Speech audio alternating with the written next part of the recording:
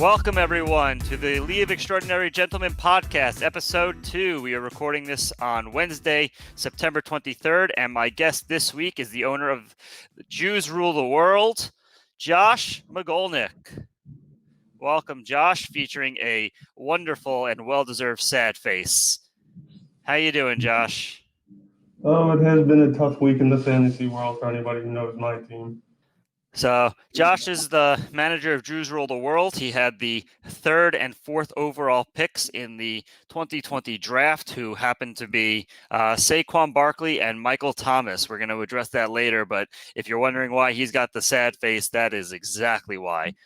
So we're going to jump right into this, Josh. Let's sporting a fedora under it. So rough.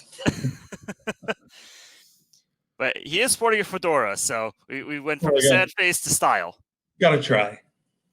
Hey, you know what? You gotta win somewhere because you're not winning in fantasy. Oh, I gotta try. Winning is tough, I gotta say. Thought going into this year would have been good. I mean, we all thought so. I mean, you stocked up last year knowing that you were going to go all in this year. It was pretty much everyone knew at the beginning of the year that it was going to be kind of between me and you. I had 7 picks in the first 5 rounds. I think you had 6. You traded a lot to get up to 4. I even offered you a lot for that 4th round pick, which you ended up declining. Knowing what you know now, if I offered you what I offered you, which was, I think, my 8th overall pick and I believe a 3rd round pick. I think it was like the first pick, like the 2nd or 3rd pick in the 3rd round. I mean, would you have taken it? It was in a deal that was going to attempt to get me to keep Thomas, which at the end of the day would have been, I guess, okay. I mean, Thomas, thankfully, he's not out for the season. You know, hopefully he will be back next 2-3 weeks.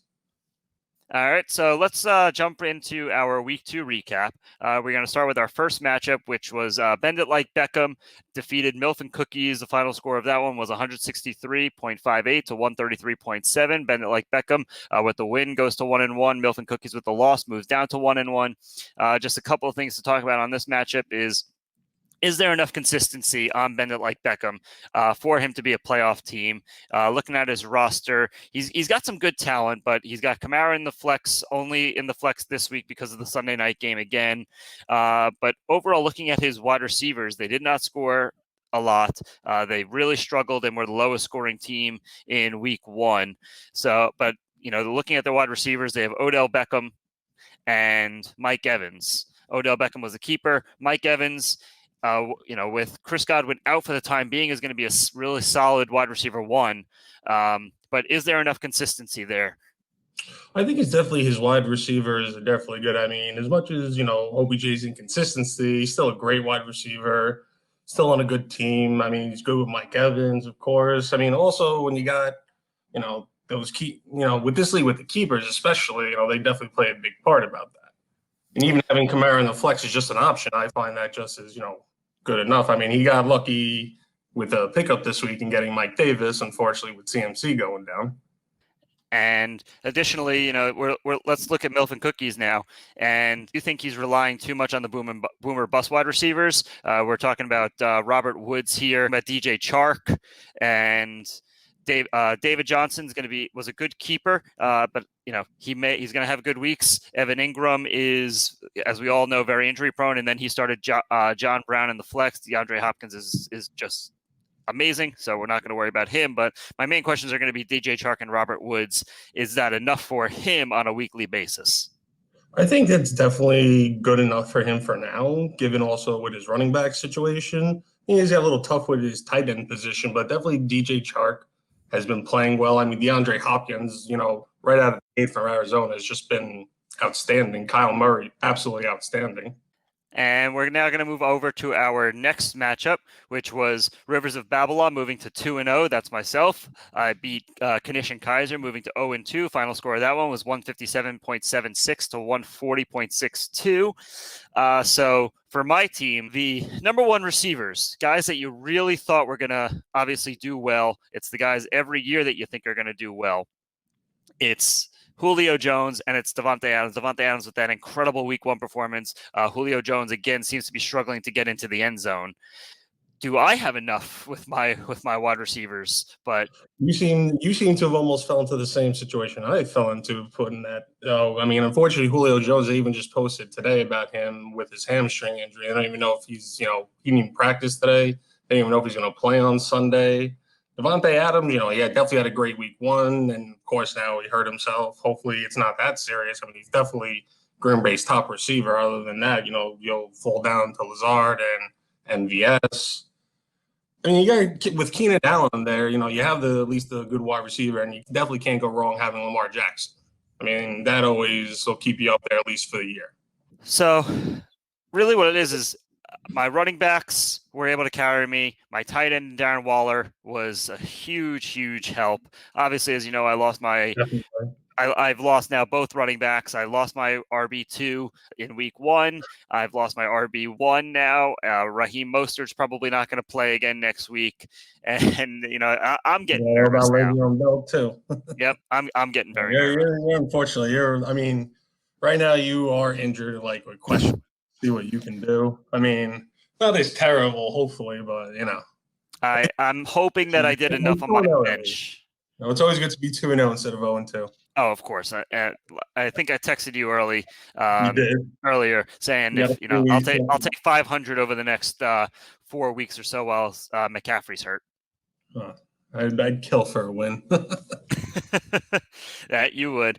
And moving over to my matchup, which was Knishan Kaiser, I think looking at his team is not so bad. We mentioned this with Kraus in the week one podcast, but he auto drafted his entire team. And I think he has just enough to be mediocre. He is currently the third lowest scoring team, but I definitely like his running back. Like his running backs are definitely good. And flexing Kareem Hunt on top of having Jonathan Taylor and Derrick Henry. I mean, Derrick Henry's off to a slow start, but Derrick Henry's just been so consistent. Just at least past 2-3 seasons. You definitely can't go wrong with him. And moving over to our third matchup now was Tebow warned us, defeating Knicks 88. Tebow warned us now moving to 2-0 on the season. Knicks 88 going to 0-2 on the season. The final score of that was 158.32 to 147.78. And didn't even need Diggs for that. And I think what is really strange, I've never seen a strategy like this, is Tebow warned us, run by Eric, is using the good old-fashioned 2 tight end strategy. And incredible because Noah Fant's been off to a great start so far. I mean, Locke got hurt, so that's going to be interesting moving forward how that goes. I mean, Higbee has been, he's not great, but he's not terrible. It's interesting. Yep, and you know what? The flex opens up this possibility for a second tight end. I think this is probably the first time we've ever seen it, but Fant was getting those touches. He was getting looks from Drew Lock. Drew Lock now out. I think they said six weeks or so with the shoulder injury. They signed Blake Bortles. They're going to go with good old fashioned Jeff Driscoll for the time being, I think. And it's I don't know if Noah Fant's going to keep getting the consistent looks that he was getting. The only time for him will tell. And then moving over to Knicks 88, who really put together a good performance with 147 points. And one thing I want to look at with his team, and something that I don't think anyone really expected, was Deontay Johnson put up 23 points this week. Again, though we have a nice format, guys score a lot of points in our league. But Deontay Johnson was a 5th-round pick. Now, it doesn't sound that crazy, but I think that Deontay Johnson might be the steal of the 5th round. He has 23 targets in the first 2 games. It looks like Ben's going to target him just as much as he's going to target Juju. Well, it's definitely Deontay Johnson's getting more looks because Juju's getting the double coverage, obviously. It definitely opens up more, especially, from last year to this year. When you got Ben throwing as opposed to anybody else throwing, those guys are definitely going to get much more targets. And I had mentioned that Deontay Johnson could be the steal of that 5th round. And just looking at who was drafted after him, Tyler Higbee, David Johnson, Cooper Kupp, David Johnson and Kupp were keepers, so not going to spend too much there. Jordan Howard, Deebo Samuel, James White, Burita Cook, Murray in the 6th round, Ingram Breeze, Brandon Cooks.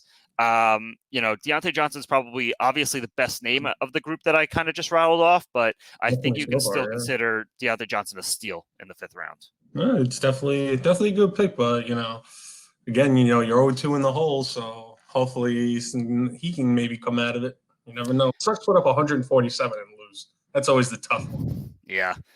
All right, and now we're going to move over to our next matchup, which was Toe Jam and Earl defeated you, Josh. Jews rule the world. Final score of that was 164.84 to 117.5. No, he was the one who traded me.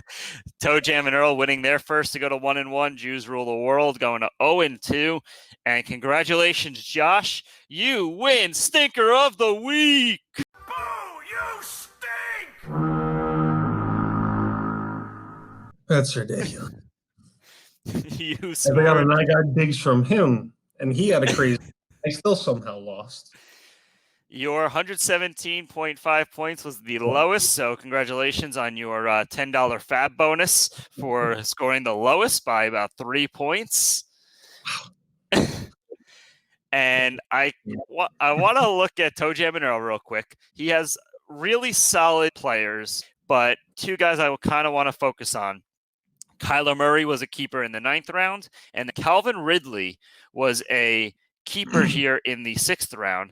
And I think that might go as arguably one of the best 1-2 punches in our league. It's names that you really obviously did not expect at the beginning of the year. Especially with this league, how with the keepers, in terms of how long you can keep them with the trading rules, those two kind of guys you can keep for 3, 4, 5 years is an incredible way to start off any year, no matter what you do. And Kyler Murray with back-to-back weeks of what looked like a 30-yard rushing touchdowns. Are Murray and so my question to you, Josh, are Murray and Ridley enough to potentially get Toe Jam and Earl in the playoffs, assuming that he does not trade them? Depending on how his weeks go, the last 2 years he's been a very interesting person to be trading with. I traded with him last year, and it supposedly worked out for me, not for him. And this year it's kind of working out for him. So guess I could say good luck to him in that sense. And moving over to your side, one guy I want to kind of point out on your team, a guy that you traded for, spent a 4th-round pick on. Actually, I traded him to you so that you could keep him in the 9th round, was tight end Mark Andrews. He had an amazing week 1 with 22.8, but then put up a real stinker with 3.9, only 3 targets, 1 catch. So it really looks like, I hate to say it to you, but is Mark Andrews going to be touchdown dependent? Because even last week, in week 1, when he had that 22, almost 23-point performance, it was only on 5 catches. I definitely think, occasionally they are more of a run team as well. I definitely think Mark Andrews will have, 1 or 2 bad days, but overall, Mark Andrews is definitely a top 5 tight end at least, if not close to a top 3. Other than like Kelsey and Kittle, the next name that would come right now is Mark Andrews, probably Darren Waller as well. And we'll play a little bit more of a what if in hindsight. Again, you gave up a 4th-round pick. So looking back, going into week 3, would you rather have Mark Andrews with that 4th-round pick, or would you rather sat back and gotten someone like a Marvin Jones or a Jamison Crowder who probably would have been available? I definitely, in my opinion from fantasy, I definitely think having him as a 4th round, keeping him where I can is definitely worth it because the tight end is such a very unique position no matter what every year. And it's just so hard, depending on how you're drafting, if you want the running back or the wide receiver. And it's like, when do you draft that tight end? How long before the tight ends go? And I think Mark Andrews, given that I can keep him around the 8th next year, if I get rid of my 7th, to keep him for 4 or 5 years and going on drafting years, knowing that, all right, I don't have to worry about, say, if I have to grab Kelsey or Kittle or, any other tight ends year to year. All right, moving over to another matchup, we had Knicks 89 defeating Juju on the beat. Both of those teams now 1-1. Knicks 89 beat Juju 167.68 to 125.22. Ben crying about his schedule again, but quite frankly, looking now at the whole, it would not have made a difference. He would still be 1-1 due to the 0-point production from Will Fuller and almost 0 from Paris Campbell, who's now hurt. Yeah, he took a risk with Paris Campbell. So did I in another league. He looked so good week 1. It's like he couldn't resist week 2. I mean, he definitely does. He's a second-year guy for the Colts, and someone that a lot of people were optimistic about. But between him and Will Fuller, who's always hurt, is this the beginning of the end for Fuller? Not necessarily for his career, but again, he's a very injury-prone player, so he missed most of week 2. I'm sure he will probably miss a few more weeks, so that's really going to hurt Ben down the stretch. I mean, I think overall he's definitely gonna. He definitely can keep up with what he has. I mean, when you have those keepers, if you have that team that has, there's like 3 or 4 teams in this league that have just like those good keepers that if you take some injuries, you definitely can keep up, as the year goes on. And then looking at Nick's team at Nick's 89, I've got 4 words. Josh Allen is legit. Yeah, he has been absolutely amazing. And another league that I'm a partner with is like, dude, don't draft anybody from Buffalo. Josh Allen is terrible. And I was calling, I was like, dude, do you realize what he has been doing so far? It's like, it's only 2 games. But he has, if you watch last year how Josh Allen played with the Bills and how he's already been playing this year, it's like you really can see that difference. Especially, like you said, Diggs wanted to leave Minnesota because he was looking for those targets. Boom, what did he put up this week? He was like 9 targets, 150 yards, and a touchdown, something close to that. It's wild. Josh Allen threw for 312 yards in week 1 against the Jets, 417 yards in week 2 against Miami. Granted, those matchups were New York and Miami. He will get tested this week coming. Yes, and his next few matchups, he's got the Los Angeles Rams at Las Vegas, Tennessee, and then Kansas City. But then he gets to play the Jets again. Those will be tough, but then that one will probably be as easy. And, this is a really underrated look. Nick's 89, his keepers this year, he had Josh Allen in the 15th as a free agent.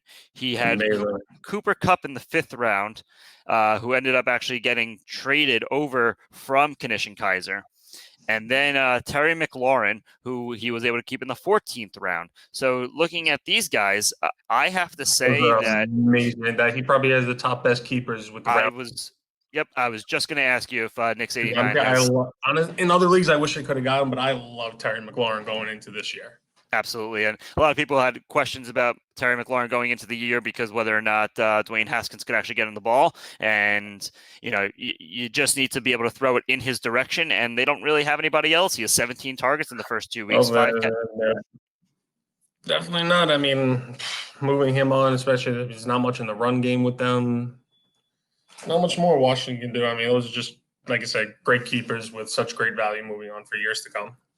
And we're going to move on to our final matchup of week 2. We have the Trophy Engravers moving to 2-0, defeated more than a Thielen. Final score was 191.4 to 124.38. And congratulations, Alejandro. You win biggest blowouts. So another 10 points of fab awarded to more than a Thielen. So congrats to Ryan Schneer of the Trophy Engravers for winning that. Unfortunately, all you get is a shout out. But more than a Thielen gets the $10 fab bonus. And looking at Ryan's team, he has Dak Prescott and Aaron Jones, who went off. I think 7 total touchdowns for Dak Prescott in week 2. They obviously had career performances. I mean, I can't believe I'm asking this because the answer is obviously no.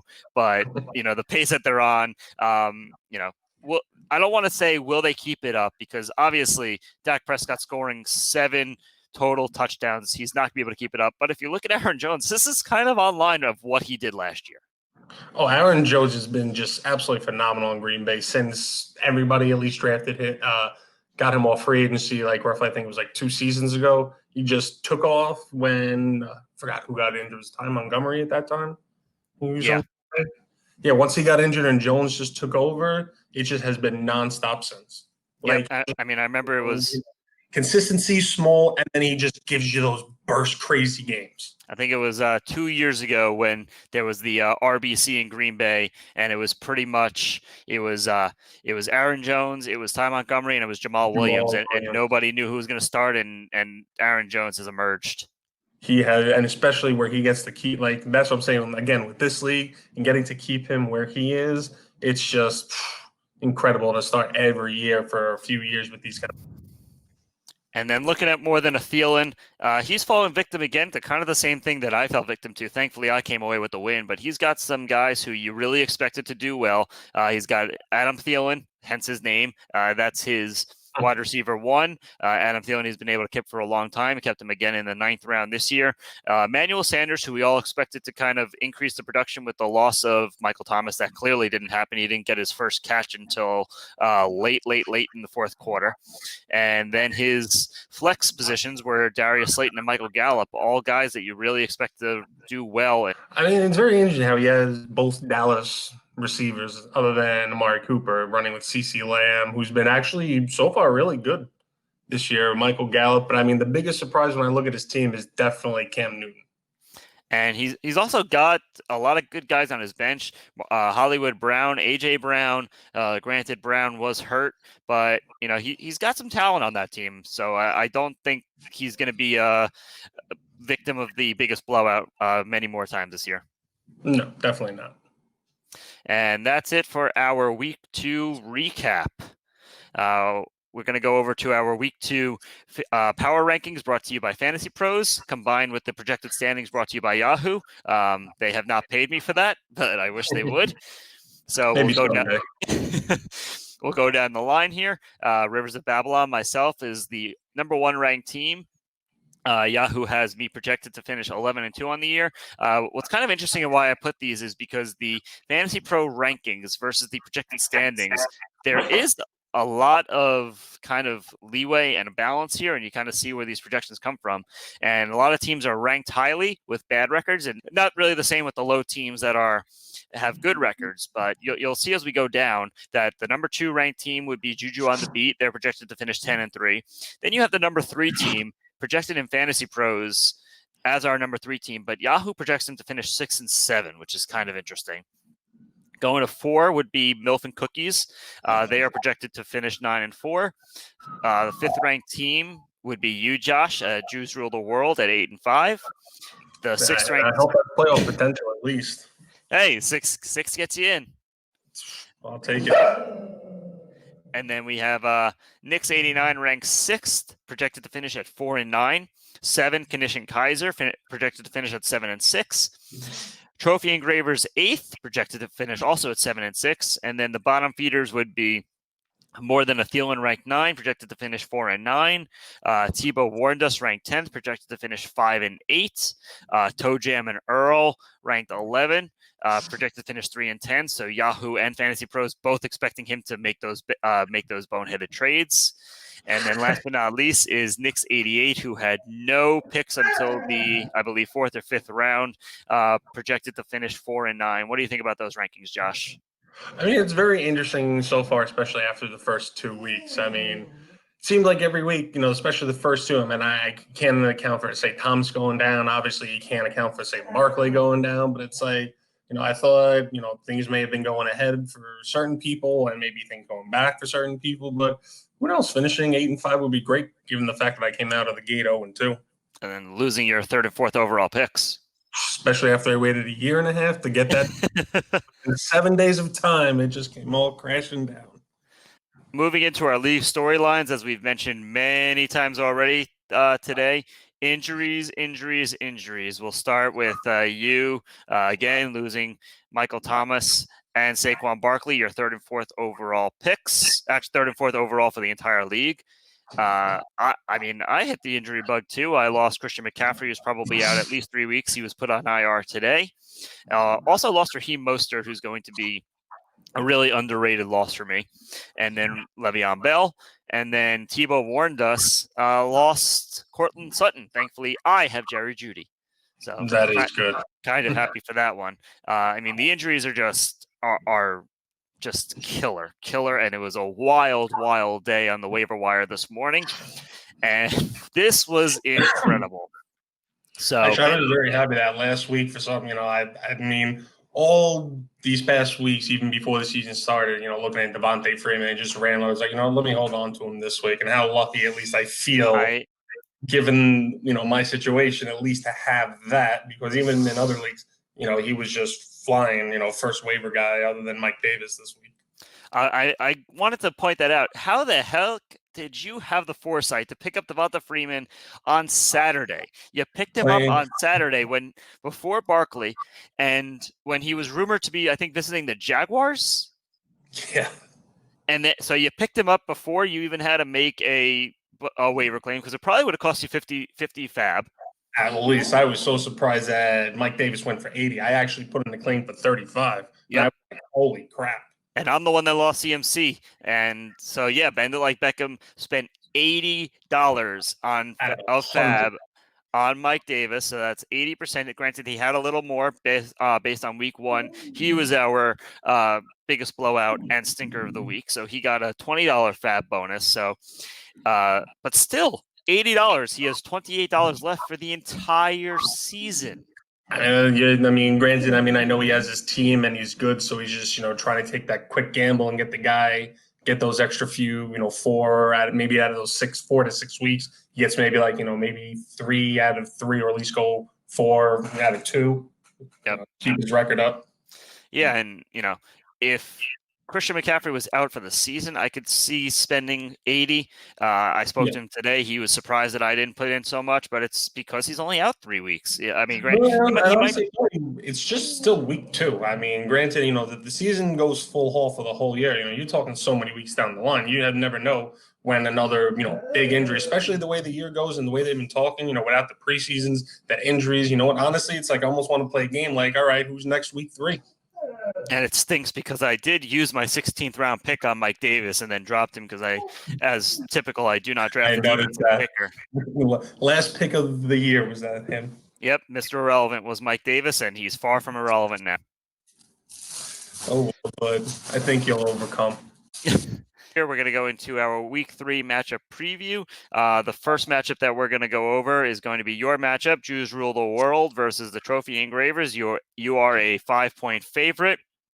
So we're going to repeat the same narrative that we've been going on without Thomas and Barkley. How are you going to piece it together to avoid the dreaded 0-3 hole?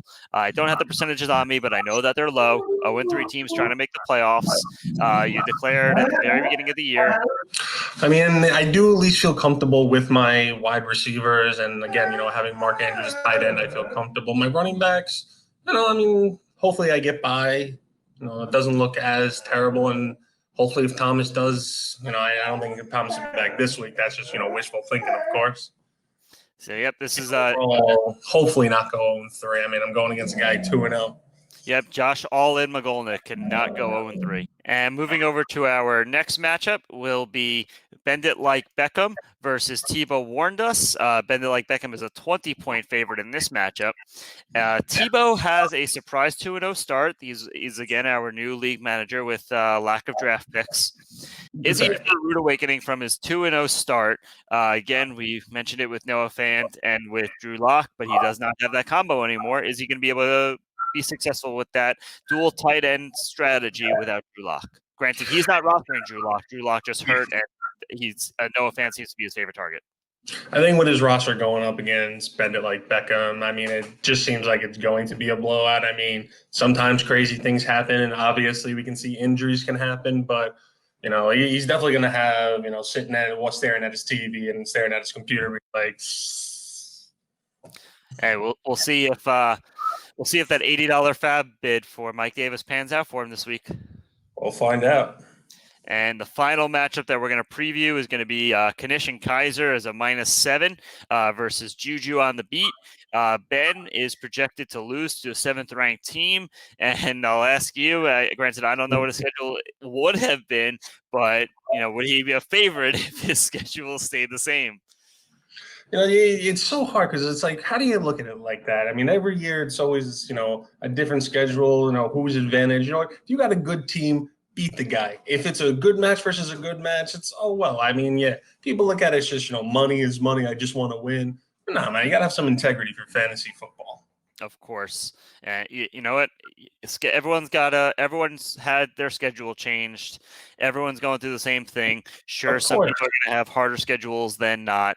But you gotta deal with the cards that are dealt. And either way, he would have lost any other team last week, except you. Exactly. Except Of course. Everybody's got a freebie on me right now. Well, Josh, thank you so much for joining us this week. Again, this is Josh McGolnick, owner of the team Jews Rule the World, which, let's just be honest, they do. Hopefully, I will not have to wear this mask again next week. You're going to be wearing it all season long. All right. It's been good, Brad. Thanks for joining us, Josh.